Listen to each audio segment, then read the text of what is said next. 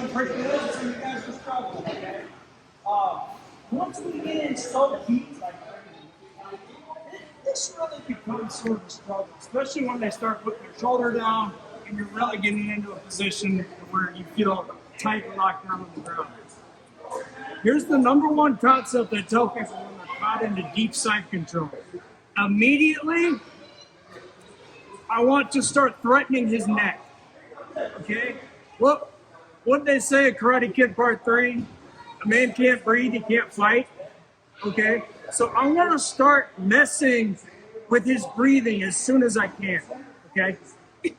So I want to come over and under. I want to put the blade of my forearm on the Adam's apple if I can. Now, instead of pushing straight up, I want to ratchet my elbow up, okay? Now, he could hold really, really tight if he wanted to, but it's not going to feel good for long, and he won't for too long, okay? So immediately I want to start, I'm not even thinking about escaping yet. I want to affect his breathing so that he gives me the space so that I can escape, okay? So I want to take my elbow, bring it up to the ceiling. Same time I'm bringing my arm in. Now I have the space. I want to come in, inside. Hand on the inside of the knee. I want to start messing with his foundation, okay? Pushing his body weight. Now I have this hole right here to shoot my arm in. Okay? I can grab the gi if I want to. I can come grab the belt if I want to. But once I turn, look at my body, I turned it over.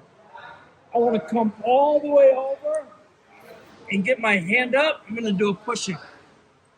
Now I'm in a dogfighting position, okay?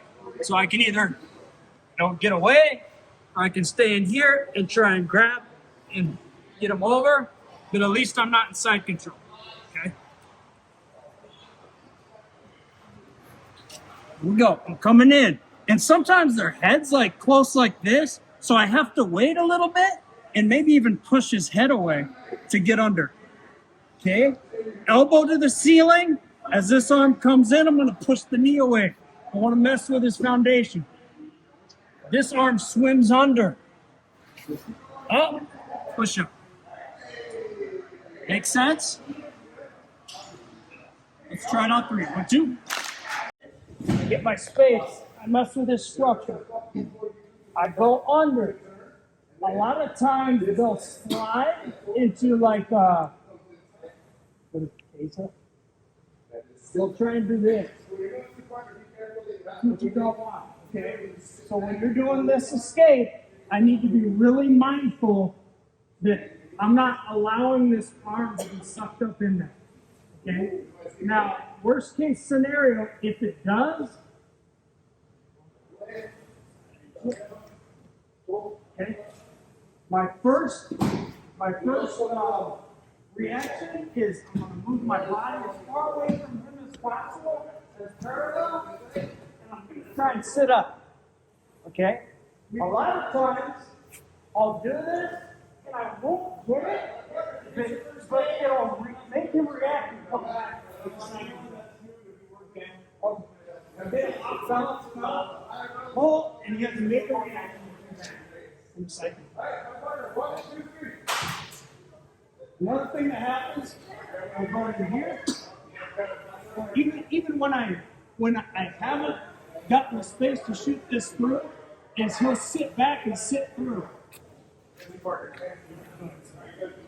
Like this, on top of me.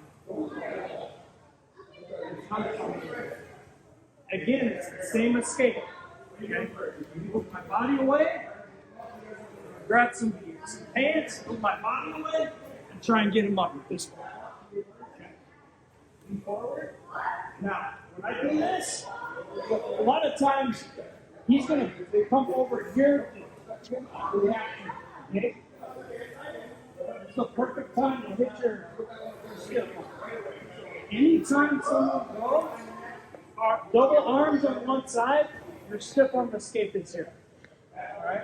You can grab up on the tricep, you can grab down on the wrist, whatever's available. You can go C-grip inside the armpit. It's the same concept elbow hand. Okay. So here's what I want to do. Get nice space. And I want your partner to go double handed on the far side. Okay? To try and get back control.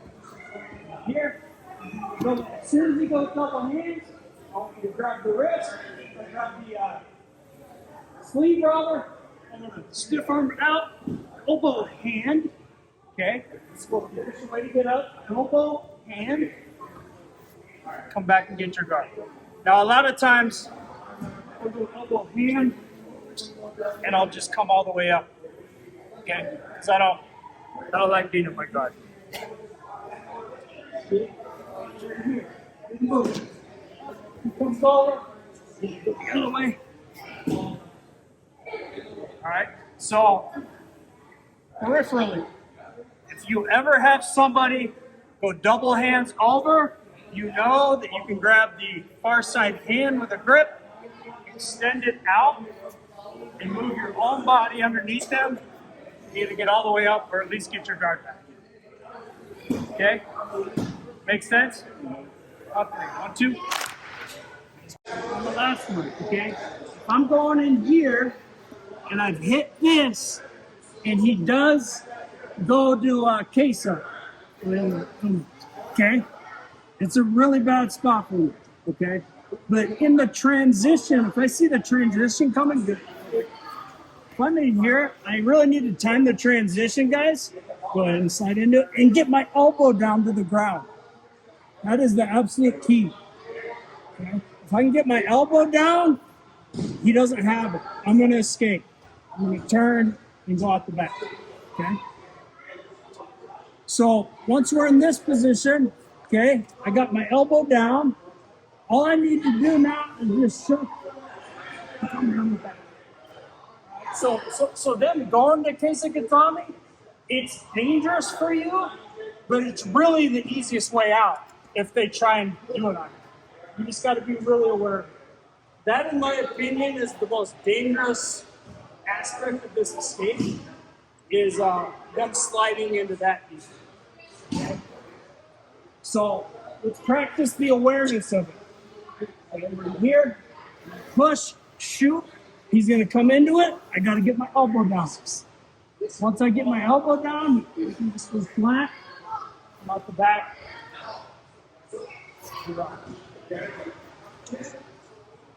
People are pretty quick sliding into this. So this is something you want to drill so you don't get hurt. Elbow down. Now I can either keep going out the back or I can slide around this way and come up on top. Sometimes in jiu-jitsu you gotta make space with your body and put them down into it. Alright? So the drill is we're doing the same move, the first move, pushing the knee, I'm sliding, just going into it, I'm getting my elbow tight. Okay? Now I can move my body away and come up.